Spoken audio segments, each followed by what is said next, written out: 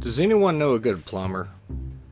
I fucked up one of those stupid ritual things that everyone's doing, and now my shower is leaking, and also there's some faceless guy in my kitchen. My landlord comes tomorrow, and he's gonna kill me, especially because I have a cat. I'm not even supposed to have pets. It all started when I was drunk messaging a girl on Tinder, and she said that the only way we could meet up is if I did this weird ritual thing where I summon a ghost or some shit. I think she called it mea culpa or something. Actually, her exact message was, the decaying flesh will not rest. I am the Alpha and Omega. I have seen the burning cities consume the earth. H, a bunch of H's, linked to ritual instructions. Our souls will meet when the darkness spills. Mea culpa, mea culpa, mea culpa. She was a weird chick. At least I think she was a girl. Couldn't really see her face. Her picture was a back background with two shiny dots that kind of looked like eyeballs. You could sort of see some features, but it looked like her face was gray and I couldn't really see her mouth. She had really good skin. I wasn't about to rally for a pizza face. So anyway, I weighed the pros and cons of spooky rituals versus trampoline booty as best as I could on 5 shots of Patron. It was totally worth it. I set my cell phone to 3:26 a.m., but since my phone is a 2005 Motorola Razr that was dropped in the toilet several times, it went off at 4 a.m. Fuck. I decided to go through with the ritual anyway. I was also supposed to have a friend during this thing, but my bestie recently got incarcerated for selling heroin on the corner of Patterson Park and Eastern Avenue. Shout out to my main man, Roscoe. Anyway, I sat up and turned off my alarm, but the moment I turned it off, I drunkenly passed out again. I woke up 20 minutes later and actually got out of bed this time, stumbling around the room in the dark because apparently you're not supposed to turn on the lights because if you do, a ghost will pop out. Ooh. I was supposed to find a candle and light it, but my hangover just made me trip over one of the several candles I placed on my floor. I eventually gave up and flipped the lights on, grabbing a candle from my desk. I squinted out my window to see what my ghetto Baltimore neighborhood looked like at 4:20 a.m. The street was empty, except for some rando wearing a black robe and a giant pointy black hat. He was staring up at me through the window. I couldn't really see his face. You know, Baltimore's gone to the fucking dogs. First, gang wars. Now an updated KKK. For God's sake. I lit the candle, looked at my phone. I was supposed to knock on my bedroom door 66 times. The 66th knock timed out on the 4:06, but since I fucked everything else up, I just did a shave and a haircut knock and walked into my hallway. My bedroom door is opposite the stairs. And looking down that dark stairwell was pretty spooky.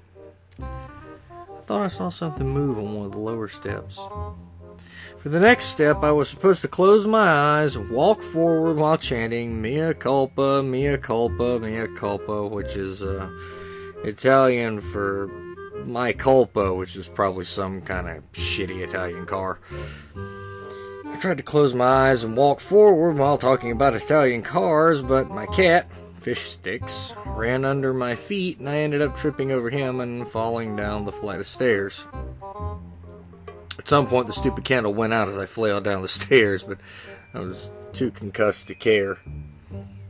I rolled up from the ground groaning and decided that I'd just continue to go through the motions, which meant hiding in a closet and waiting for the ghost to play hide and seek with me. I chose the kitchen pantry because I had some open potato chips in there, so I made my way back.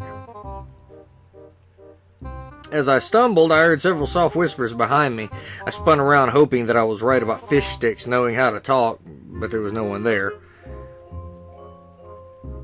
Except for the figure standing in the corner. I stopped, blinked, and it was gone.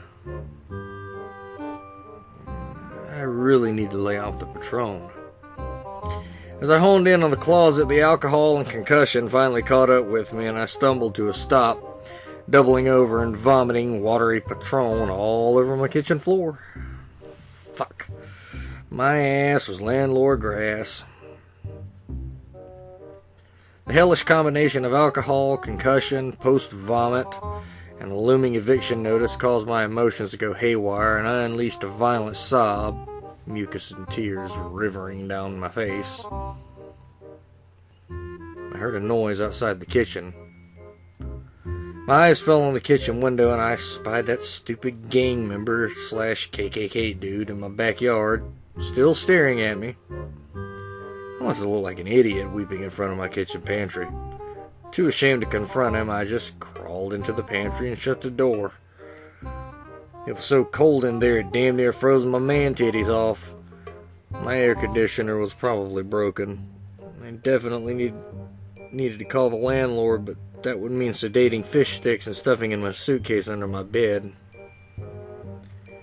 At this point, I realized I needed to reevaluate my life.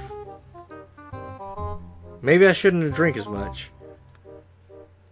Maybe I should give fish sticks to a good home. Maybe I should find women with intellect and poise. Maybe I should move out of my shit neighborhood where KKK people roam around at 4 a.m. After going through an entire existential crisis in my pantry, I decided to say fuck it and end the stupid ritual.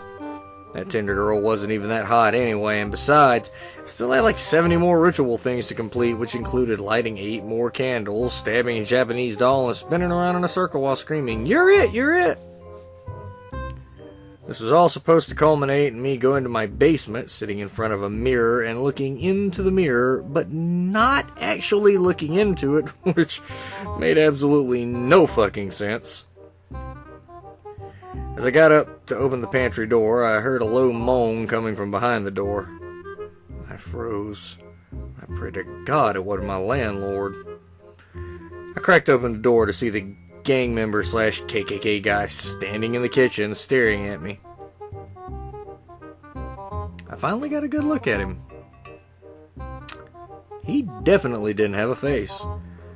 I guess getting your face taken away is part of a gang ritual now. He didn't react to my presence, he just stared. I didn't know how the hell to deal with gang members or faceless KKK members, so I just stared back. We did this for about 5 minutes before I slowly inched out of the kitchen and back upstairs. He turned to watch me as I went, but didn't move. So after that, I went up to my bathroom to take a shower, and now my shower head is leaking, which I blame on the stupid ritual. So if you guys know any good plumbers in the Baltimore area, I'd really appreciate it.